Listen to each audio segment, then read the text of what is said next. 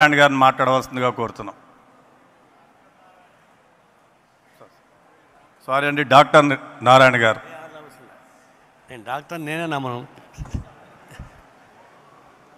సభకు నమస్కారం. రాజశేఖర్ గారిని కలవడానికి ఒకసారి నేను వెళ్తే ఆయన ఆ డ్రెస్లో ఉంటాడు, ఇప్పుడు పంచికట్టు. నేను ఇప్పుడు వచ్చాను ఇదే డ్రెస్ పోయా. నన్ను చూడగానే ఏంటి మా ఎగ్జిక్యూటివ్ స్టాఫ్ లాగా ఉన్నావు నువ్వు అన్నాడు. అవును, నువ్వు అవుట్డేటెడ్, నేను మోడర్న్ అన్నాను. అంటే అనంతంగా నవ్వాడు. నేను అవుట్డేటెడ్ పంచగించంతా ఇప్పుడు మోడర్న్ అని చెప్పేసి.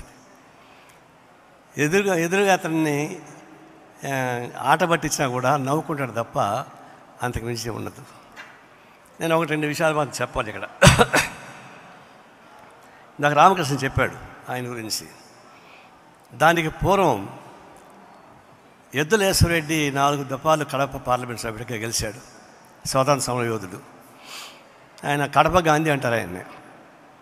ఆయన ఎప్పుడు పోటీ చేసినా రాజారెడ్డి గారు పులివెందల నుంచి ఒక జీపు, దానికి కావాల్సినటువన్నీ ఏర్పాటు చేసేవాడు.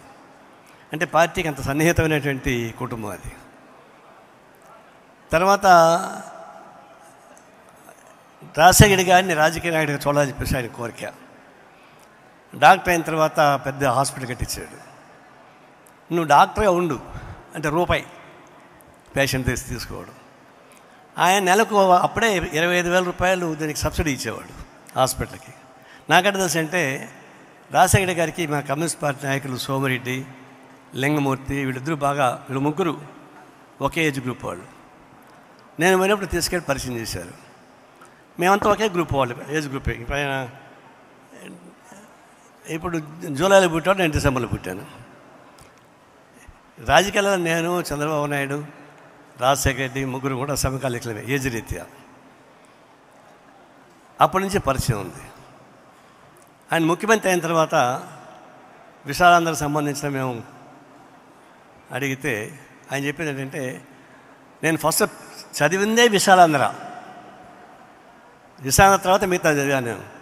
అంటే కమ్యూనిస్ట్ పార్టీ అంటే నాకు అంత భక్తి విశ్వాసం చెప్పేసి అని చెప్పుకున్నాడు. చెప్పడం కాదు, ఆచరణలో నిరూపించాడు కూడా. దీంతో పాటు చెప్పాల్సిందంటే మీకు